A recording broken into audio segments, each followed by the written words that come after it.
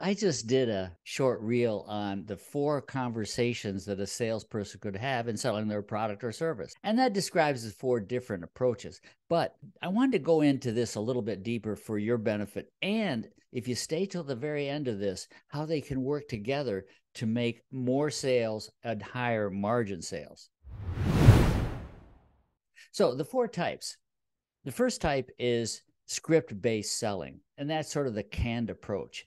The example I gave in the short was, and you go in McDonald's and they have a standard thing that everyone says, "Welcome to McDonald's, may I take your order, please? Do you want fries with that?" It's a standardized script that they're all reading from, and that it's repeated every time, no matter if you're in St. Louis or if you're in Hong Kong. It's going to be the same script that they're reading from. Where this came from is National Cash Register recognized back in the late 1800s that some salesmen were better than other salesmen. It's the old Pareto's law, or 20%. 20% of the salesmen made 80% of the sales. So they thought, how can we make the rest of the salespeople as good as those 20%? So what they did was they followed those 20% of the best salespeople, and they wrote down what they said, the questions they asked, the approaches they used, and then they codified those into a script that then they put out to all the rest of the salesmen. Matter of fact, NCR was the first company to have a sales school where salesmen would go to learn these scripts, and sales went way up.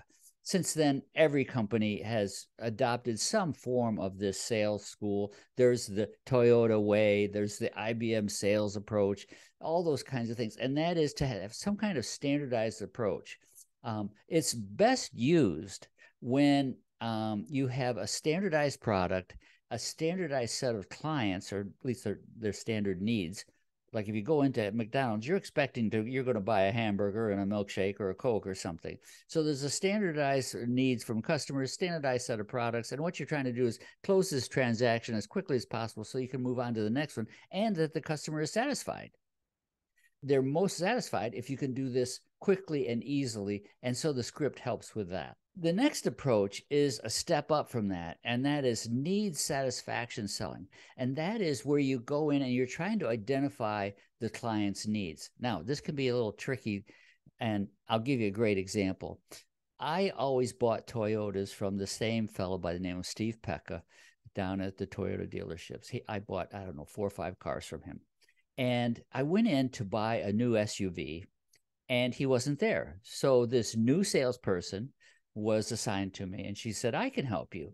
And so she went through a standard set of questions, and that is, how many people in my family, what do I use the vehicle for? I told her about my disabled daughter and so on. And she said, "Oh, I know exactly what you need. And that is, these vans out here, these Sienna vans are really terrific, and they're perfect for your needs as you've described them to me."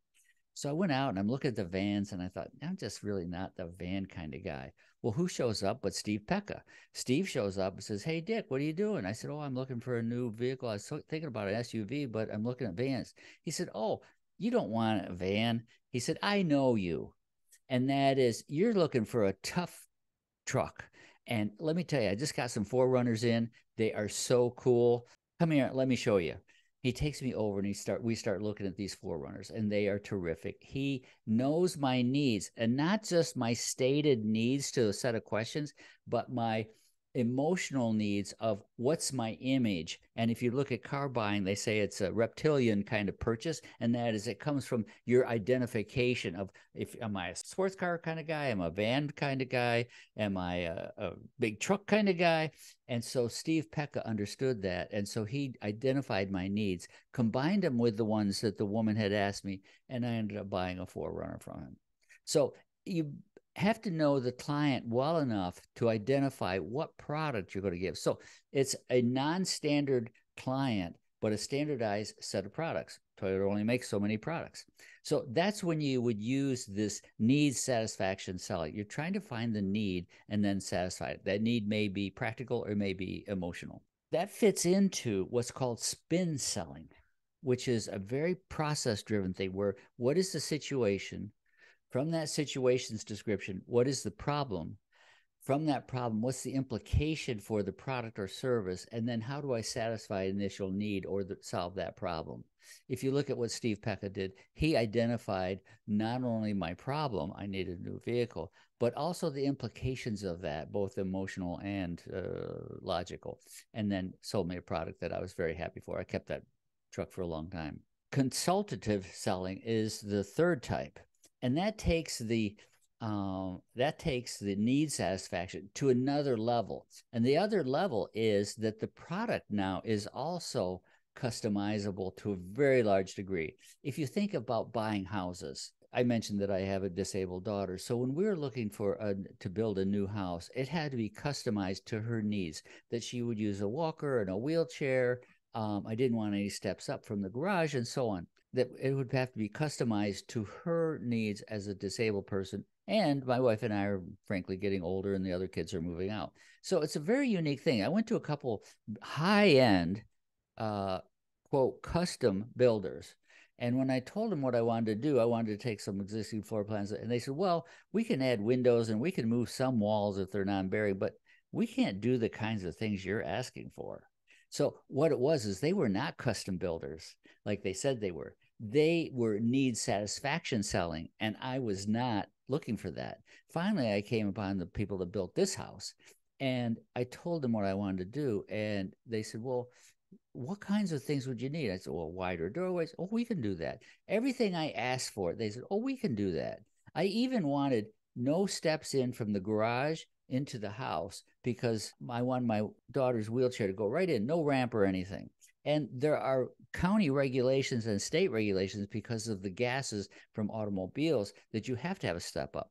This builder actually went and got a variance from the county and from the state so that we don't have to have that. So it was very consultative. They tried to understand our needs in depth and then give us a product that would fit all those needs. We've been in this house 24 years. They did an excellent job. Now, the last one I'll mention is strategic partner selling. The best example of this I can think of is a physician. When I go to the physician and I say, this is my problem, and I need their services of some type to help me. And it's very much a strategic partnership because my doctor cares as much about me as I care about me. And we work together. How does this work? Can we try this? And he gives me, it's a partnership because he gives me a lot of decision making and doesn't just say, oh, you need this and you need that. Instead, it really is a strategic partnership. He calls me and follows up on me. In fact, we're good friends. I actually play basketball with a fellow now. So it's very much a partnership. I also had this with a number of clients when I had experience to lead. One of the largest tire manufacturers in the world, they would call me when they had a leadership issue, even if it wasn't something that we could address, because they'd say, Dick, do you know of anyone that could address this for me? And I said, well, we don't do that, but here's who I would call. That's the kind of partnership it is, where it's not, you're not even selling so much as you're solving problems together, which oftentimes result in sales. So I promised that I would tell you how these can work together. If you look at approaching a new client, it's usually you start out with a very standardized approach. And that is, they want to know what you have to offer, and you're trying to find out what their basic needs are. Is it a standard kind of thing I can give them, or do they need something custom? Are they looking for a partnership? Are they looking for a trusted advisor? And so in the beginning, you're sort of following a script, and you're going through the same questions you would ask any client in the beginning. And then once you get to a certain point, you start to switch over to needs-based or need satisfaction selling. And you're trying to say, what are the unique needs of this client or customer? And what are the standardized needs of this client or customer? And then that will help me determine, do I want to offer them a standard service or product, or do I need to go further and customize something? The degree of customization is the next question. If it's just what I call tailoring, and that is taking a standard approach and tailoring it to the client, like they do cars. You buy a car and they say, do you want the high-end stereo or do you not? Do you want the moonroof or not? Do you want the sport package or not? But the car is still basically the same. There's some tailoring of the car to me, but it's a standard car. Versus a totally customized approach to solving my unique problems, which is more like the custom builder who builds specifically the kind of house I want to have, or designs a leadership program specific to the unique needs of my organization and the merger or acquisition we're going through right now. And it's very specific and it's customized to them. And then the last one is the strategic partnership, and that is if you're successful in solving clients' problems, you can push that relationship into the next level by doing extra things for them that you are not selling.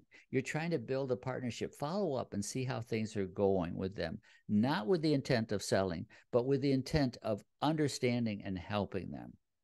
You can also build relationships of an interpersonal nature, and that helps to become a strategic partner. You can bring in other companies or other specialists to help, to show that you're willing to open the aperture of solutions to address them and that you care about their success. So those are the 4 types and how they can work together. Every entrepreneur is selling their business or their service all the time.